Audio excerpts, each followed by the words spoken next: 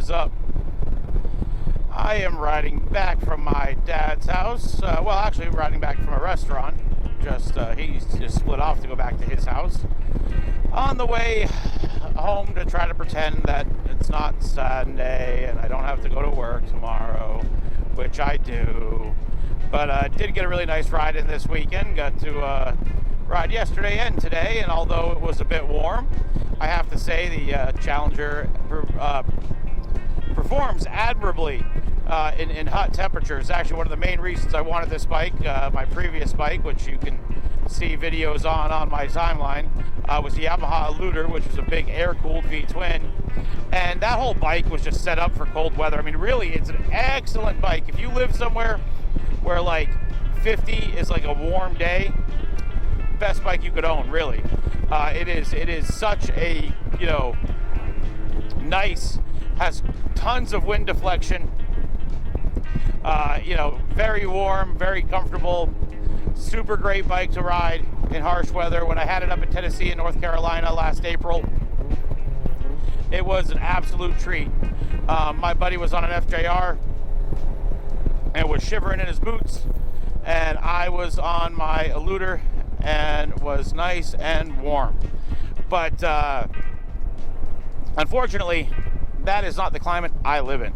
Where I live, it is currently April 2nd, today, and it is 88 degrees outside. Yesterday was 91. And we are, like I said, in early April. Within a couple of weeks, 95, 96, 97, 98, 100, 102. Those will be normal temperatures, on a regular normal day. And unfortunately, Florida is a marvelous place to live. Our spring and our fall and our winter are some of the nicest in literally in the world. Like this is one of the, there's no wonder why Florida became a vacationer's paradise and why Europeans fell in love with this place when they first came here. This is one of the nicest places to be for 3/4 of the year. But we have this little like 7 to 8 month window from April to I would say really late September is when it first starts kind of tapering off, or early October when you start getting nice days. And literally from October all the way to April, this is a paradise. But man, when it gets hot, it gets hot. And I'm a native. I've lived here my entire life. Since I was 3, I've ridden motorcycles daily, for well over a decade. I'm well versed to the heat. I can deal with it. I can live with it. It is, just another thing. But man, when you are trying to deal with an 88 degree day, I mean, like right now, I'm sitting at a stoplight and it's 90 degrees out essentially.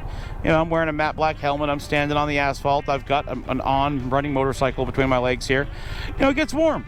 It gets warm. There's no doubt about it. I mean, that's inescapable. You're going to get hot. And like I said, I can deal with that. I'm okay. I'm not about to die. But what gets tough is, when you're doing that kind of weather and you've got an air-cooled V-twin that literally will get up to 600 or 700 degrees when it's idling, and you have, lowers that are trapping, lower fairings that are trapping the heat in. You've got an oil tank under your seat that's literally just boiling, so you're just like sitting on a 300-degree oil tank. It was tough. I mean, literally, there'd be days during the summer on the Eluder that I literally felt like I had to pull over because I was going to have heat stroke. I'd be getting nauseous and shit. And again, I'm a Florida native. I don't heat stroke easily, but that was rough. I've seen people get heat rashes on their legs and stuff trying to ride that bike. So again, I love the Eluder. Great bike. I'm sure for somebody in warmer climates, it's great. I'm sure for a Floridian that's not trying to use it as their only means of transportation, it's great. If you're picking and choosing when you're riding it and you're not getting on it on the hottest days, then yeah, sure, awesome. But I only own bikes. I don't own a car. This is how I get around. If my bike cannot, comfortably ride on a 90-degree day, it's not going to work for me. So, last July, I'd gone through most of the summer with the Eluder, and it had been my second summer. I bought it, holy moly, woly doly. You see that? Whoa.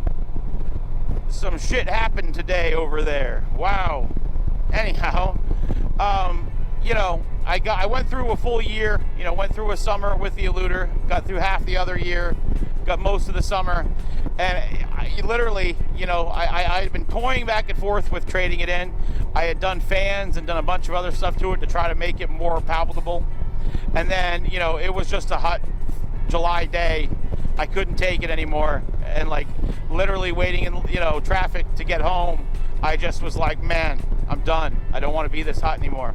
So I got this, and I really have to say, you know, I had bought this in late July last year, so I got a few hot days with it, and then the weather got real nice. You know, now we're getting back into the hot weather again, and I'm reminding myself of just why I got this bike and why I'm so happy with it. I literally, you know, my first bike was a Honda Magna. My second bike was a VTX. Both of those are generally cool running bikes because the VTX is 1800 cc's, but it's water cooled just like this. The Magna was a water cooled 750. That thing didn't even know what hot was. You could reach down and grab the head on that, you know, with no glove on. Wouldn't have been in traffic for 3 hours. But I decided, you know, I wanted to go water cooled again, and that's what made the Challenger so attractive. And man, wow, what a trade-off. Like, this thing is so nice to have in the hot weather. And that's one of the biggest parts of my review on this bike that I think people don't talk about enough. You know, if you live in a southern climate, if you live in Florida and Georgia and Tennessee, or you know, even in like, you know, Puerto Rico or South America, and you know, you are exposed to 90 degree, you know, 100 degree days on a regular basis. God, is this bike nice. It's number one, you know, this is a Challenger, not a Pursuit. So I don't have any lowers. I just have crash bars down there. As heat comes off the motor, you know, it's just getting blown away from me. There's a fan on down there that'll kick on, you know, when the motor gets hot as well. But again, you know, because I don't have lowers, none of that gets trapped. It's just blown away. This fairing is shaped so that you have air coming up through the center of the fairing onto the rider, you know. So yeah, and you can close those vents when it's cold, but man, when it's hot and all that's open, you know, you get so much air. I've got a 9.5 inch Freedom Shield windshield on this that has a slight recurve. So even when it's all the way down, I'm still getting a fair amount of wind blocking, but man, I can lower it. I can, you know, increase the amount of airflow that's getting to me, get a nice amount of air on my face while it's still blocking it on my chest. You know, I've got the bottom, like I said, is all nice and open. So, you know, the motor never gets over 212 degrees. So that's the beautiful thing, being an air-cooled motor. Being a water-cooled motor. No matter how hot it is, no matter how long I sit, this thing has a radiator that will be going. And you can see it is 184 degrees right now. So it's 88 degrees outside. My bike is 184 degrees. Like that.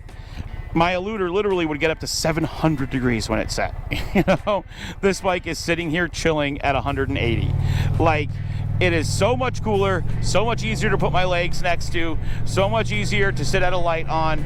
Like, it's a running motorcycle. There's no doubt about it. You know, it's going to get hot. You know. But nothing like the air-cooled bikes, even the Harleys, which the modern Harleys don't get as hot as the old ones did. They're not as miserable to ride in the heat, I'll admit it. You know, they actually do a better job than the Yamaha did of keeping cool. My dad's got a twin cam Harley. It doesn't get that hot, but it's nothing compared to this. I mean, this is just so pleasant and nice to ride on a hot day that, you know, I really don't mind it. I still can enjoy riding in the summer without feeling like I'm getting baked to death for 3/4 of the time. It's just such a treat. And I just really had to rant about that because I see a lot of like good reviews about the ergonomics and the handling, which are great. Don't get me wrong, I love that stuff too. But man, is the water cooling and the heat management so good on this for somebody riding on a summer day. Like, because that was the main reason that I traded the Eluder in, and because, you know, there's like a 10 grand difference between these two bikes, 12 grand as a matter of fact, you know, I just am so happy that that reason for switching was justified. You know, like, it was, I needed to switch because God, is this such a difference. But I just wanted to say that, and also, you know, wanted to thank everybody that has subscribed in the last month or so. I've really been working hard to try to like make more content and get more followers, and I've been doing a lot more shorts, which I enjoy. I know they kind of ruin the platform because they're low effort, and you know, it makes it easy to grow your channel, but I think I like how YouTube keeps shorts and long form stuff separate, because I am a big YouTube consumer and I do love long form videos, but I also find shorts amusing, and I like being able to use licensed music. So you know, again, if you saw one of my shorts and thought it was funny or cool and followed me, thank you. If you saw one of my long videos and thought I was cool, even more thank you, because wow, I can't believe you actually care to listen to me. But gonna try to, you know, make some more higher quality videos, you know, show more stuff, more gear, more parts and reviews on motorcycles, thoughts on motorcycles. Like I said, I am a daily rider.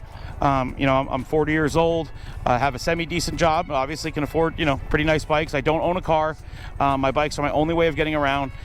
So, you know, I am hard on gear and particular about it. So, you know, I think some of my reviews on stuff like that can be helpful for people. And, you know, I also just like, you know, when I do cool stuff to show it off. You know, here in Florida, we get to see and ride in a lot of nice places, and I do occasionally ride bikes across the country. I do have a, you know, trying to plan an interstate trip here soon as well. So again, you know, thanks for subbing. 100 subscribers is a pretty small milestone for most, but, you know, big for me.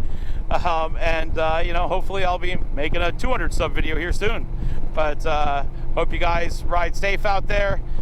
You know, keep your head up, and I'll see you around.